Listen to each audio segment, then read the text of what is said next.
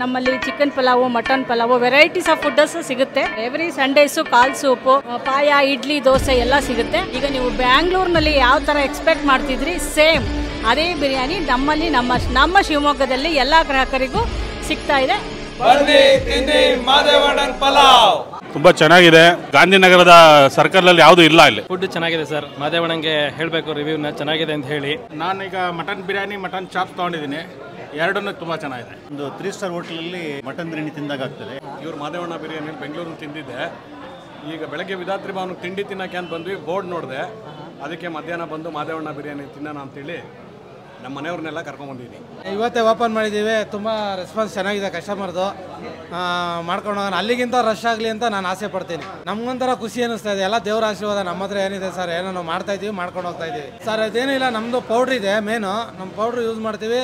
ಮತ್ತು ನಾವು tasting powder, chemicals ಏನೂ ಹಾಕಲ್ಲ, ಕಲರ್ಸ್ ಏನೂ ಹಾಕಲ್ಲ, ನ್ಯಾಚುರಲ್ ಆಗಿರುತ್ತೆ. ಅದನ್ನ ಹಂಗೆ ಯೂಸ್ ಮಾಡ್ಕೊಂಡು ಮಾಡ್ತಾಯಿದ್ದೀವಿ ಸರ್. ಅಕ್ಕಿ ಮತ್ತು ನಮ್ಮ ಪೌಡ್ರಿಂದನೇ ಸ್ವಲ್ಪ ಟೇಸ್ಟ್ ಬರ್ತಾ ಇರೋದು. ಗ್ಯಾಸಲ್ಲಿ ಮಾಡ್ತಾ ಇಲ್ಲ, ಇಲ್ಲೆಲ್ಲ ಫುಲ್ ಸೌದೆ ಒಲೆನೇ ಇಲ್ಲೂ ಮಾಡಿದ್ದೀವಿ.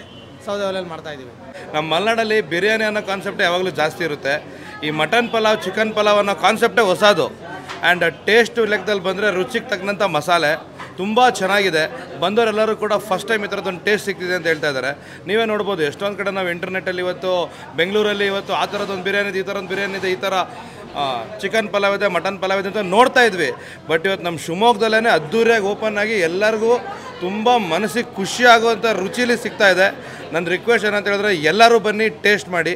ಯಾಕಂದರೆ ಇದು ಒಂದು ಸಲ ಟೇಸ್ಟ್ ಮಾಡಿದ್ರೆ ಪದೇ ಪದೇ ಬಂದು ತಿಂತೀರಾ. ಯಾಕಂದರೆ ಅವಾಗಿಂದ ನಾವು ನೋಡ್ತಾ ಇದ್ದೀವಿ, ಒಂದು ಬಿರಿಯಾನಿ ತಿನ್ನಕ್ಕೆ ಬಂದವರು, ಒಂದು ಪಲಾವ್ ತಿನ್ನಕ್ಕೆ ಬಂದವರು 2 ತಿನ್ಕೊಂಡು ಹೋಗ್ತಾ ಇದ್ದಾರೆ. ಅಂದರೆ ನೀವೇ ಯೋಚನೆ ಮಾಡಿ ಟೇಸ್ಟ್ ಎಷ್ಟು ಸಖತ್ತಾಗಿರುತ್ತೆ ಅಂತ. ಶಿವಮೊಗ್ಗದಲ್ಲಿ ಒಂದು ಹೊಸ ಪ್ರಯತ್ನ. ಶಿವಮೊಗ್ಗ ಜನ ಯಾವತ್ತೂ ಊಟದ ವಿಚಾರದಲ್ಲಿ ಏನೇ ಹೊಸ ತಂದ್ರೂ ಅವ್ರನ್ನ ಬೆಳೆಸ್ತಾರೆ, ಉಳಿಸ್ತಾರೆ. ಹಾಗೆ ಇದೊಂದು ಹೊಸ ಪ್ರಯತ್ನಕ್ಕೆ ಶಿವಮೊಗ್ಗದವರೆಲ್ಲ ಸಪೋರ್ಟ್ ಮಾಡ್ತಾರೆ ಅಂತ ನನಗೆ ನಂಬಿಕೆ ಇದೆ ಸರ್. ಯಾವತ್ತು ಓಪನ್ ಅಂತ ಡೈಲಿ ಒಂದು 20-30 ಜನ ಬಂದು ಕೇಳ್ಕೊಂಡು ಹೋಗ್ತಾ ಇದ್ದಾರೆ. ಅಂದರೆ ನೀವು ಯೋಚನೆ ಮಾಡಿ ಅವ್ರ ಪಲಾವ್ ಎಷ್ಟು ಫೇಮಸ್ ಇದೆ ಅಂತ. ನಮಗೆ ನಾನ್ ವೆಜ್ಜಲ್ಲಿ ಒಂದು ಪ್ರಾಪರ್ ರೆಸ್ಟೋರೆಂಟು ಶಿವಮೊಗ್ಗದಲ್ಲಿ ಕಮ್ಮಿ ಸರ್. ಏನಂತ ಹೇಳಿದ್ರೆ ಆರಾಮಾಗಿ ನಾನೊಂದು ಫ್ಯಾಮಿಲಿಯಾಗಿ ಕೂತ್ಕೊಂಡು ಒಳ್ಳೆ ಆ್ಯಂಬಿಯನ್ಸ್, ನೀವೇ ನೋಡ್ಬೋದು ಆ್ಯಂಬಿಯನ್ಸ್ ಸಂಪೂರ್ಣವಾಗಿ ಸುಮಾರು ಒಂದು 3 ತಿಂಗಳಿಂದ ಇದೇ ಥರ ಬೇಕು. ಔಟ್ಡೋರ್ ಇಂಡೋರ್ ಎಲ್ಲ ರೀತಿಯೂ ಪ್ಲ್ಯಾನ್ ಮಾಡಿ ಒಂದು ಆ್ಯಂಬಿಯನ್ಸ್ ರೆಡಿ ಮಾಡಿದ್ದೀವಿ. ಸೊ ಇದು ಫ್ಯಾಮಿಲಿಯವರಿಗೆ ಸಾಯಂಕಾಲ ಬಂದು ಆರಾಮಾಗಿ ಕೂತ್ಕೊಂಡು ಮಾತಾಡ್ಕೊಂಡು ಹೋಗೋಕೆ ಒಂದು ಒಳ್ಳೆ ಜಾಗ ಆ್ಯಂಡ್ ಒಳ್ಳೆ ಟೇಸ್ಟ್ ಕೂಡ ಇರುತ್ತೆ. ಸೊ ಇದು ಕಾನ್ಸೆಪ್ಟ್ ಸೂಪರ್ ಆಗಿದೆ ಸರ್. ಫ್ಯಾಮಿಲಿಯವರಿಗೆ ಹೇಳಿ ಮಾಡಿಸಿದಂಥ ರೆಸ್ಟೋರೆಂಟು. ಆ್ಯಂಡ್ ಇನ್ನೊಂದು ತುಂಬ ಖುಷಿ ವಿಚಾರ ಏನಂದರೆ ಹಾರ್ಟ್ ಆಫ್ ದ ಸಿಟಿಲಿದೆ ಸರ್. ಇದು 5 to 6 ಪೀಸಸ್ ಇದೆ. ಸೊ ರೈತ ಕೊಡ್ತಾರೆ ಮತ್ತು ಗ್ರೇವಿ ಕೊಡ್ತಾರೆ. It's worth for money. Thank you. Family ಬರ್ಬೋದು. ಕ್ರೌಡ್ ಆ್ಯಂಬಿಯನ್ಸ್ ಕೂಡ ಚೆನ್ನಾಗಿದೆ.